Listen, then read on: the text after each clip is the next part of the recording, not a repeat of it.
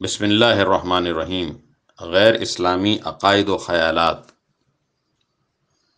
دینی تعلیمات اور احکامات جاننے سے غفلت اور بے نیازی برتنا اور اپنی جہالت پر نہ صرف مطمئن ہونا بلکہ اپنی بے عملی کے لیے اس کو وجہ جواز بنانا انتہائی متکبرانہ طرز فکر ہے جس کا ایمان سے کوئی جوڑ نہیں۔ خدا کے سوا کسی اور کو نفع و نقصان، عزت و ذلت، ترقی و تنزل کا مختار سمجھنا عقیدہ توحید کے سراسر خلاف ہے۔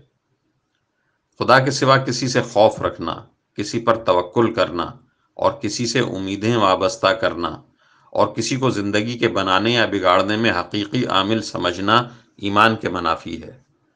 خدا کے سوا کسی کو ولی کارساز سمجھنا، حاجت روا، مشکل کشا، اپنا حمایتی، مدد اور فریاد رسی کے لیے پکارنا عقیدہ توحید کی ضد ہے۔ غیب کی خبریں پوچھنا یا بتانا اور ان پر یقین کرنا ایمان کے منافی ہے۔ اللہ تبارک و تعالیٰ کے سوا کسی کو حاضر و ناظر جاننا اور یہ سمجھنا کہ اس کو ہمارے کھلے چھپے سب کی خبر ہے غیر اسلامی عقیدہ ہے۔ خدا کے سوا کسی اور سے مرادیں مانگنا، روزی، اولاد مانگنا، کسی کے نام پر بچے کے ناک کان چھیدنا یا چوٹی رکھنا یا کسی کے نام پر منت مانگنا خدا کی ناقدری اور مشرکانہ طرز فکر ہے۔ کسی کے نام پر جانور چھوڑنا، کسی کے نام پر جانوروں کو ذبح کرنا، بچے کے جینے کے ٹوٹکے ٹونے کرتے رہنا اور بچوں کو خطرات سے بچانے کے لیے ان پر سراہنے ہتھیار رکھنا اور بچے کی زندگی کے لیے خدا کے سوا کسی اور طاقت سے خطرہ محسوس کرنا سراسر مشرکانہ طرز فکر و عمل ہے جس کا عقیدہ توحید سے کوئی جوڑ نہیں۔ نکاح، طلاق، بچے کی پیدائش یا دوسرے مواقع پر کسی ایسے فعل کو ضروری سمجھنا جس کو اسلام نے ضروری قرار نہ دیا ہو، یہ بھی غیر اسلامی فکر ہے۔ اولاد کی بیماری یا موت یا کسی اور عزیز کی موت پر خدا سے شکایت کرنا، گستاخی کے کلمات زبان پر لانا اور خدا سے بدگمان ہونا ایمان کے منافی ہے۔ غیر معمولی مصائب و آلام میں مبتلا ہو کر اور پے در پے حادثوں سے دوچار ہو کر خدا کے رحم و کرم کا انکار کر بیٹھنا، اس کو ظالم اور بے رحم ٹھہرانا اور اس سے مایوس ہونا کافرانہ طرز فکر ہے جو ایمانی جذبات کے سراسر منافی ہے۔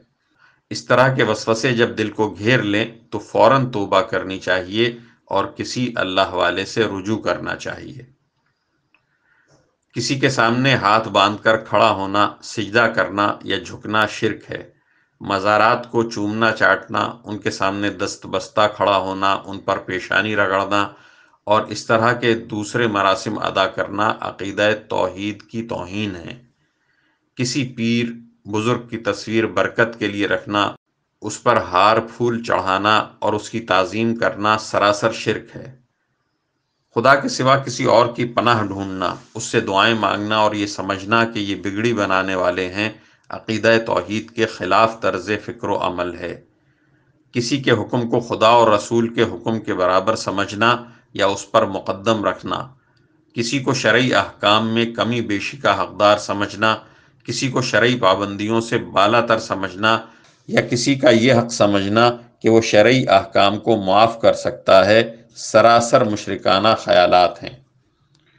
کسی کے مکان یا قبر کا طواف کرنا یا کسی مقام کو کعبے کے برابر سمجھ کر اسی طرح اس کا احترام اور تعظیم کرنا غیر اسلامی طرز عمل ہے۔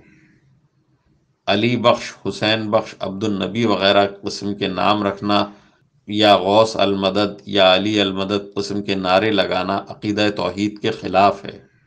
خدا کے مقابلے میں کسی انسان کے بنائے ہوئے قانون کو حق سمجھنا، اس کی پابندی کو اپنے لیے واجب جاننا اور اس کے قیام و بقا کے لیے جد و جہد کرنا اور مددگار ہونا ایمان و اسلام کے سراسر خلاف طرز فکر و عمل ہے۔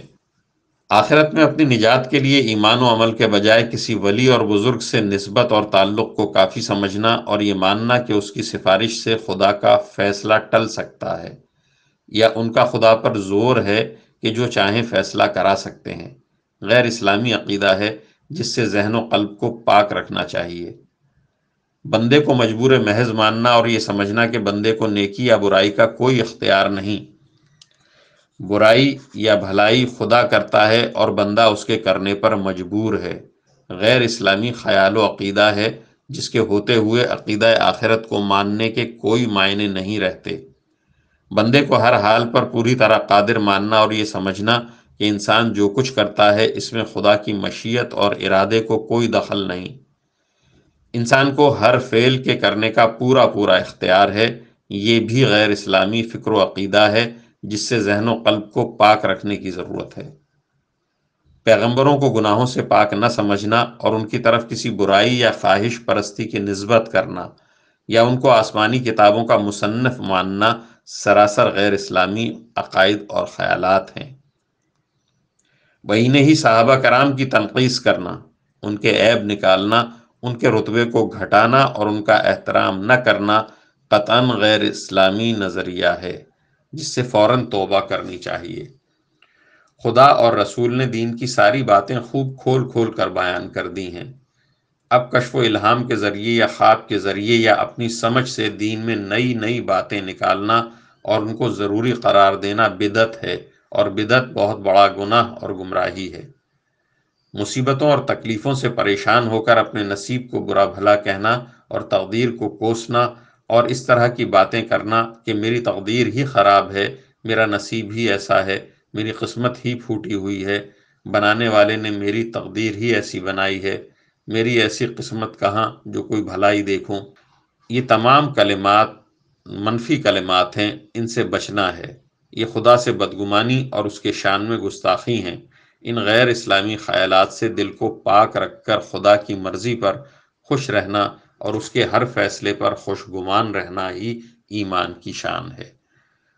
خوب تو یہ ہے کہ خوب اللہ والوں سے اور علماء سے تعلق رکھا جائے اور ان سے دین پوچھ پوچھ کے اس پہ عمل کیا جائے۔